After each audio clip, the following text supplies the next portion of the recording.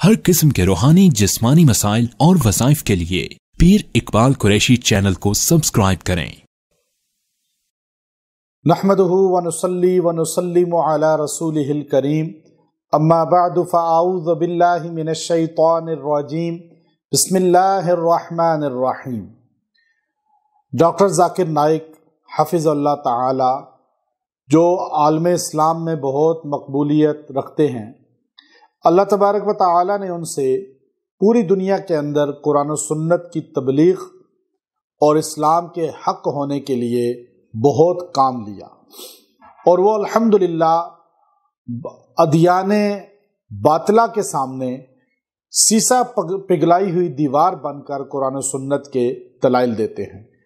तकाबुल अदियान में उनका बहुत बेहतरीन मुताला है और दुनिया के अंदर एक बड़ा तबका उनसे मोहब्बत करता है और उनको सुनता है। मेरे दिल में भी काफ़ी अरसा से ये ख्वाहिश थी कि उनसे मुलाकात हो और उनकी ज़ियारत की जाए, और उनके बारे में कुछ लोगों के अंदर ऐसी बातें भी पाई जाती थी और अभी भी हैं कि वो ये नज़रिया रखते हैं, ये सोच रखते हैं, ये फ़िक्र रखते हैं, ये बात उन्होंने कर दी। याद रखिए, नबी के अलावा कोई इंसान कामिल नहीं होता। कोई इंसान भी होगा, मुकर्रर होगा, मुबल्लिग होगा, तो सबकत लिसानी की होते हुए उससे कुछ न कुछ अल्फाज ऐसे निकल जाते हैं जो काबिल गिरफ्त हो जाते हैं। लेकिन उन अल्फाज पर आप उसकी गिरफ्त ऐसी करें कि उसको इस्लाम से खारिज कर दें, उसकी खिदमात को नज़रअंदाज कर दें, ये अच्छा नहीं है। अभी आप देखिए, कतर के अंदर जो फीफा टूर्नामेंट हुआ, सरकारी सतह पे डॉक्टर ज़ाकिर नाइक साहब को बुलाया गया और किस तरह उन्होंने वहाँ दुनिया कुफर के सामने, यूरोप, अमेरिका के और दीगर मुल्कों से आए हुए तमाम जो गैर मुस्लिम थे उनके सामने कुरान हकीम की हक्कानियत को किस तरह बयान किया। बाइबल और दीगर जितनी भी कुतुब हैं उन सारों के अंदर जो है तहरीफ हो गई और किस तरह तब्दीली हो गई। सिर्फ कुरान है जो तब्दीली से पाक है, और इस्लाम के हक होने पर दलाइल दिए, और दुनिया आज उनको तस्लीम करती है उनकी मेहनत को।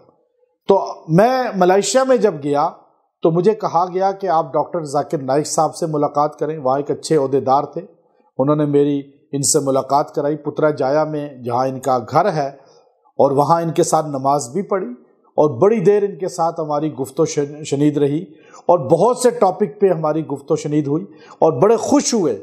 और आलम इस्लाम के अंदर जो उनको अल्लाह ने मकाम दिया है, लेकिन उनको मैंने देखा कि वो पाकिस्तान की दो शख्सियात से बहुत ज़्यादा मुतासिर थे। एक शेखुल इस्लाम मुफ्ती मोहम्मद तकी उस्मानी हफ़िज़ुल्लाह ताला से, एक मुबल्लिग इस्लाम मौलाना तारिक जमील साहब से। और अल्हम्दुलिल्लाह बहुत तवील हमारी गुफ्तगू रही, मुलाकात रही, और मेरी किताब वज़ाइफ़ुस सालिहीन को उन्होंने बाकायदा तौर पे पसंद किया, लिया, और कहा कि आप माशाल्लाह जो काम कर रहे हैं कुरान और सुन्नत के मुताबिक लोगों को वज़ाइफ़ की शक्ल में कुरान से जोड़ना, ये बहुत बड़ी मेहनत है। और बाकायदा तौर पे जो है उन्होंने कई चीज़ों को अपनी जो है वो बयान किया, और उनके साथ जो उनके मीडिया इंचार्ज हैं, हैरत की बात यह है कि वो 1996 में इस्लामाबाद के एक मकबूल मदरसा के अंदर आलिम बने, फिर यूके चले गए, वहाँ नेशनलिटी मिल गई और वहाँ उन्होंने बहुत ज़िंदगी गुजारी। लेकिन फिर डॉक्टर ज़ाकिर नाइक साहब से जुड़ के और इंग्लैंड से मलेशिया उनके साथ आ गए और वहाँ उनकी मीडिया टीम के इंचार्ज हैं, और वो बड़े फ़ख्र से कह रहे थे कि मैं अल्हम्दुलिल्लाह डॉक्टर साहब के साथ जुड़ा हुआ हूँ। डॉक्टर साहब बता रहे थे कि ये इस तरह पढ़े हुए हैं वफाकुल मदारिस से। तो पता ये चला कि जब तक आप किसी से मुलाकात नहीं करेंगे, उनके करीब नहीं जाएंगे, तो ना आप उन तक मैसेज अपना पहुंचा सकते हैं, ना उनकी पूरी बात को समझ सकते हैं। और दूर से अंदाजे लगाना कि ये गुमराह है या ये बहुत मकबूल है, ये सही नहीं होता जब तक आप उससे मुलाकात ना करें। अल्हम्दुलिल्लाह एक दरवेश आदमी थे और एक दरवेश मनश इंसान हैं, सादा मजाज हैं, तकब्बुर कोई नहीं है, इल्म का घमंड कोई नहीं है, कोई दावा नहीं है उनका, और बिल्कुल सादा ज़िंदगी है। और ऐसा आदमी اور بے ضرر آدمی ہوتا ہے، اور اللہ کے قرآن اور نبی کے فرمان کو لے کے وہ ہر بندے تک اپنا میسج پہنچاتے ہیں۔ دنیا کفر جو ہے ان کی بات کو سنتی ہے، اللہ دل میں اتارنے والا ہے۔ وما علینا الا البلاغ، یہی تو قرآن پاک کا پیغام ہے۔